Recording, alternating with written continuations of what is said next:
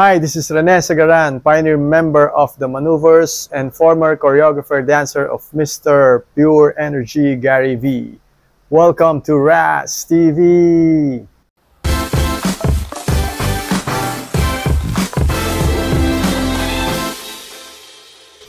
Okay guys, I'm sure marami nang nakapakinig nung Liwanag sa Dilim ni Pablo. So, sino nga ba yung original na kumanta nito? Okay, so alamin natin. So, yung Liwanag sa Dilim was released last 2005 by River Maya. Isa to sa pinakasikat na banda nung 90s. And ang lead vocalist nila is si Rico Blanco. And siya rin ang nag-compose ng kanta na yan. Napakaganda nung message ng kanta na yan. Ang mensahe ng Liwanag sa Dilim ay pag-asa, katapangan, at pagkakaisa. Tinutukoy ng kanta ang pag-asa sa gitna ng mga pagsubok o madilim na sitwasyon. For example, kagaya nung nagka-pandemic, di ba? Nag-spread ng COVID-19. Talagang marami dyan sa atin na na-depress, na wala ng pag-asa.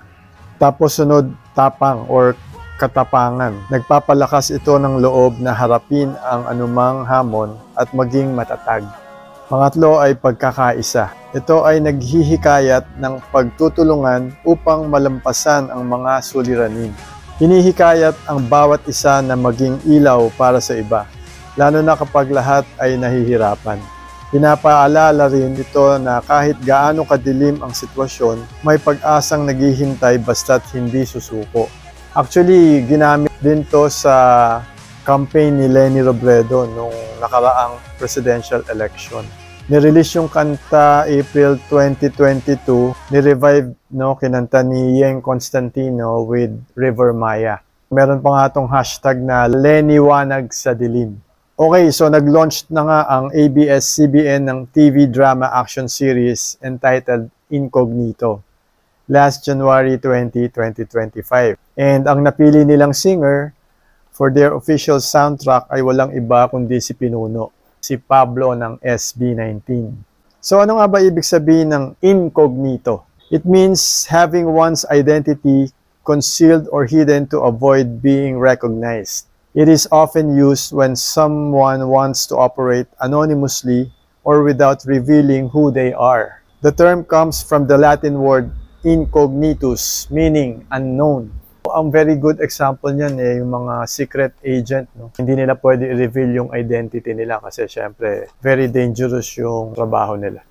So, nung lumabas yung teaser song sa social media, ang dami nang nag-aabang. Kasi ang lakas nung dating ng pagkakanta ni Pablo. Ang ganda nung version niya Bagay na bagay dun sa incognito. Pati yung boses ni Pablo, sakto dun sa kanta. Kumbaga, nagkaroon ng perfect choice ang ABS-CBN na si Pablo yung pinili nilang kumanta ng OST.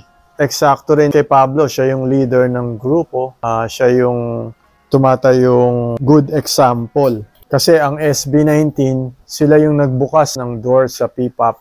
Kumbaga dati madilim pa yan Parang walang pag-asa. Sila yung naging daan. Kumbaga nilakasan nila yung loob nila. Yung tapang nandyan And lastly, syempre, nagkaisa sila. Hindi sila nagwatak-watak.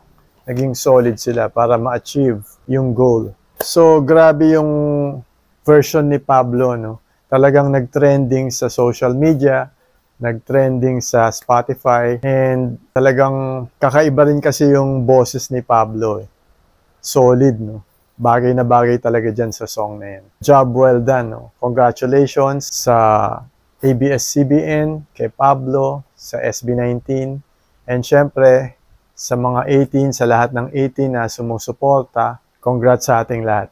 Okay guys, kung may mga suggestions pa kayo na gusto nyong i-vlog ko, just comment down below. Kagaya nito, nirequest to ng isang subscriber. Alright? So don't forget to like, subscribe, and share. Hope to see you on my next video. God bless you all. Peace.